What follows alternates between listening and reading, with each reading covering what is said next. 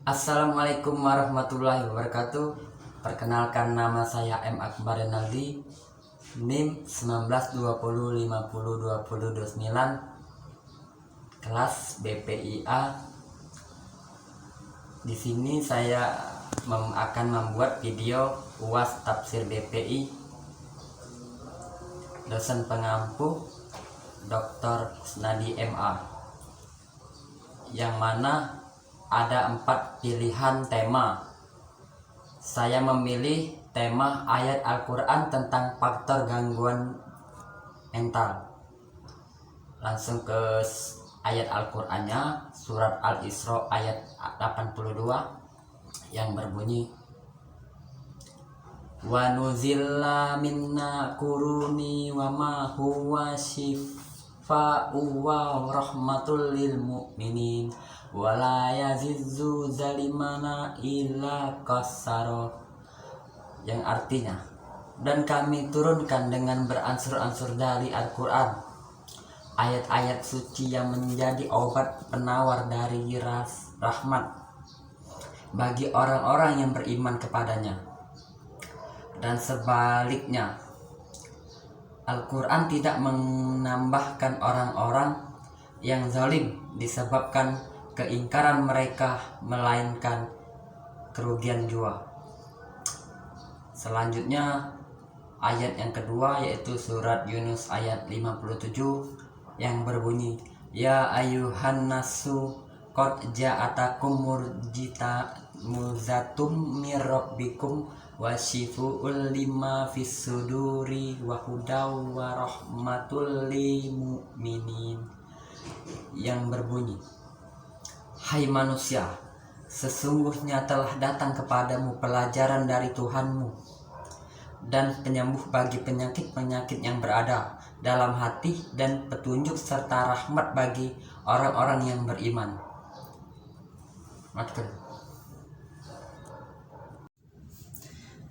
Sebelum kita membahas apa itu faktor dan penyebab gangguan mental, kita pahami dulu apa itu gangguan mental. Mental disorder atau gangguan mental adalah kondisi kesehatan yang mempengaruhi pemikiran, perasaan, perilaku, suasana hati, atau kombinasi di antaranya. Kondisi ini dapat terjadi sekali atau berlangsung waktu yang lama. Gangguan ini biasanya bisa ringan hingga parah, yang dapat mempengaruhi kemampuan seseorang dalam menjalani kehidupan sehari-hari. Ini termasuk melakukan kegiatan sosial, pekerjaan, hingga menjalani hubungan dan keluarga. Faktor gangguan mental itu terbagi menjadi 3. Yang pertama itu faktor biologi, yang kedua faktor kehidupan, yang ketiga faktor keluarga. Kita bahas dulu faktor biologinya. Faktor biologi itu mengarah ke genetik, kimia pada otak, gangguan pada otak. Jadi otaknya terganggu sehingga menyebabkan gangguan mental. Yang kedua itu faktor kehidupan, trauma, pelecehan, racun dan alkohol, ataupun obat-obatan. Itu semua tidak terlepas dari lingkungan kehidupan atau pergaulannya. Ketika seseorang pecandu alkohol, pecandu obat-obatan atau trauma lainnya, itu adalah pengaruh pergaulan yang buruk sehingga menyebabkan yang kalau tadi kan alkohol dan obat-obatan, obesitas ataupun yang trauma pelecehan tadi, sehingga otaknya terganggu, membuat mereka itu menjadi gangguan mental. Yang ketiga itu faktor keluarga, riwayat keluarga, masalah keluarga. Kita bahas dulu riwayat keluarga.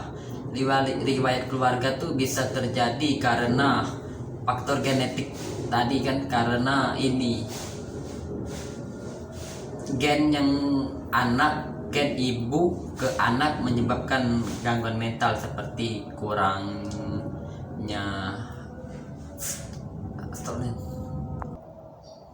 normal. Anak itu menjadi pengaruh dan pikirannya kurang normal juga. Yang kedua itu masalah keluarga. masalah keluarga itu kita analogikan seperti perceraian. Anak broken home tuh biasanya gangguan mentalnya sangat terpengaruh akan hal masalah perceraian tersebut, sehingga pemikiran ataupun otaknya menjadi tidak normal. Ibaratnya seperti pemikiran-pemikiran yang negatif, selalu menyendiri, tidak pandai bersosialisasi. Dan baiklah, yang selanjutnya itu kita membahas penyebab gangguan mental. Yang pertama, nafsu. Sebab nafsu dikatakan sebagai timbulnya gangguan mental karena nafsu itu menumbuhkan sifat dan sikap yang buruk dalam jiwa manusia serta mendorong untuk berbuat jahat. Kita analogikan di dalam kehidupan. Ketika seseorang untuk mencapai kesuksesan itu menghalalkan segala cara dengan berkorupsi, dengan menyingkirkan teman ataupun yang lain yang bersifat buruk.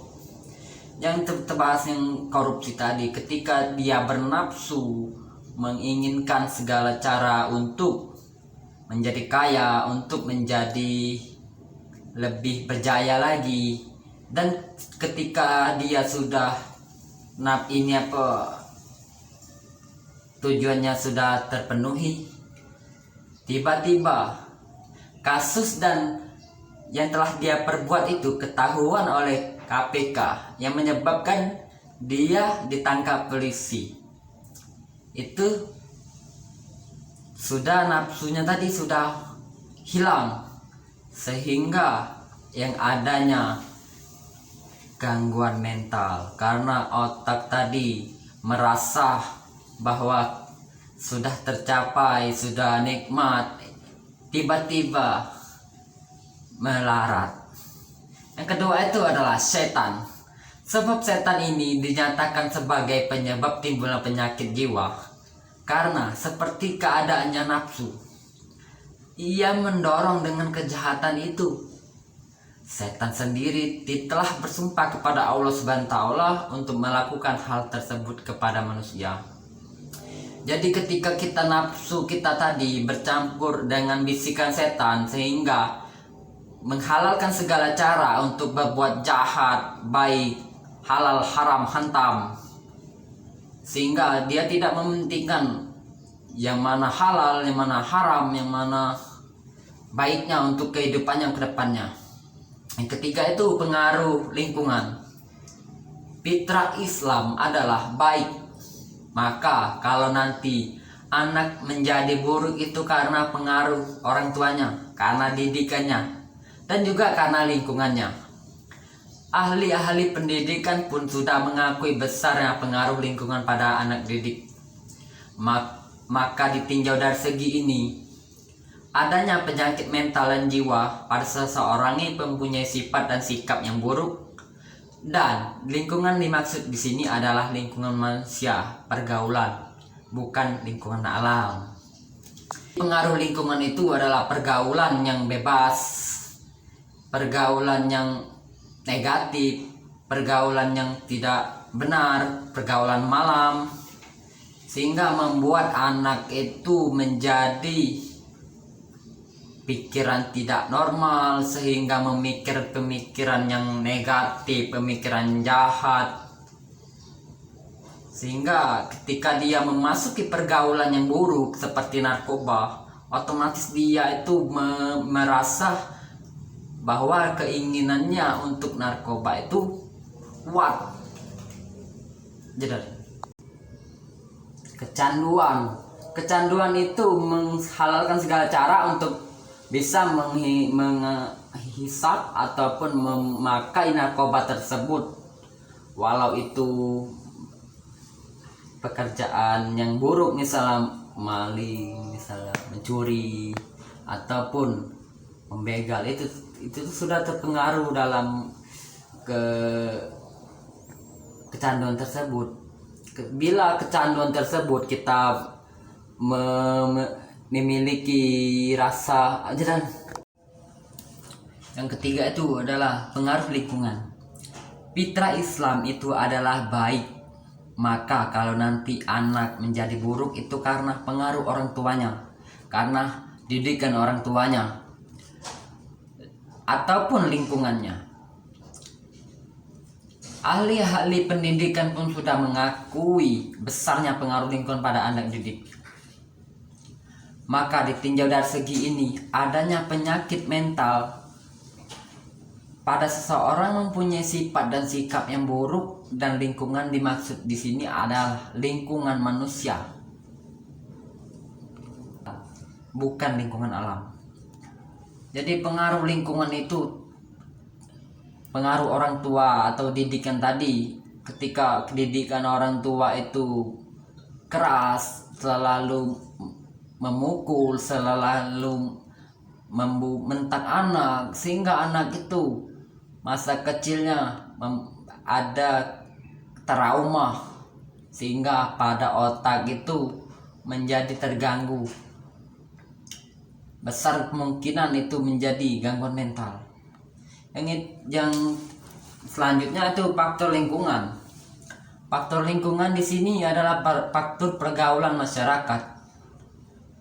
Ketika anak bersalah pergaulan, dia memilih pergaulan yang buruk seperti narkoba, minum-minuman, obat-obatan, ataupun yang lainnya. Sehingga kalaupun dia memakai barang haram seperti narkoba tadi, otomatis dia merasa ingin memakainya kembali karena kecanduan tersebut, sehingga dia menghalalkan segala cara untuk mendapatkan apa yang dia inginkan, apa yang dia butuhkan, yaitu narkoba. Dia tidak tahu bahwa narkoba itu buruk baginya. Walaupun dia tahu, dia tetap akan memakai karena kecanduan tersebut. Anak ketika dia sudah jauh dari orang tuanya, tidak diperhatikan orang tua, balik-balik dari lingkungan tersebut, dia memilih lingkungan yang buruk karena didikan orang tuanya tidak tegas, dan dia otomatis lama kelamaan kecanduan tersebut merusak otak saraf dia, sehingga besar kemungkinan menjadi gangguan mental. Dokter spesialis kejiwaan Irma Armenia berkata, seseorang akan merasakan masalah pada dirinya sendiri hingga merembet ke lingkungan sosial.